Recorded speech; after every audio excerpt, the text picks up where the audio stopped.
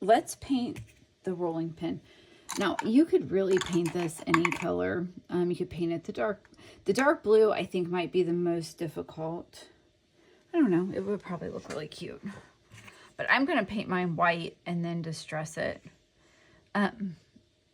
It's going to have a printable over it. So I'm just going to put a light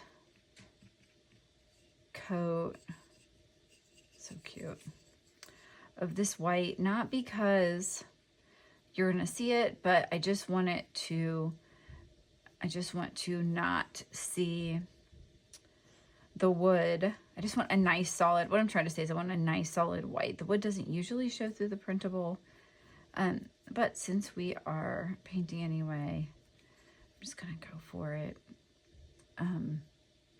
Now with this,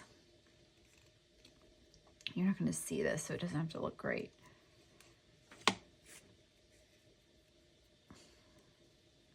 It's going to have to dry, and then you're going to have to paint the other side. Like right now I can't hold the other end and paint it. Okay. But you want to get these edges really well. Okay.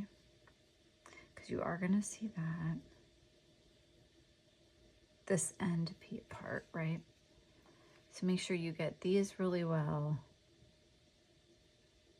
I'm just using a paintbrush because it would be a little tricky. You could definitely paint it with a makeup sponge. I just think that the paintbrush is easier. I could be wrong. Maybe that would just get the whole thing. But you're going to have to let this dry, and then you can paint the other side. So either dry this with your heat gun, smooth out your like little bumps, let it dry, and paint the other side, or set it aside, let it dry, come back. But you're going to need to have the whole thing painted before we can put the printable on.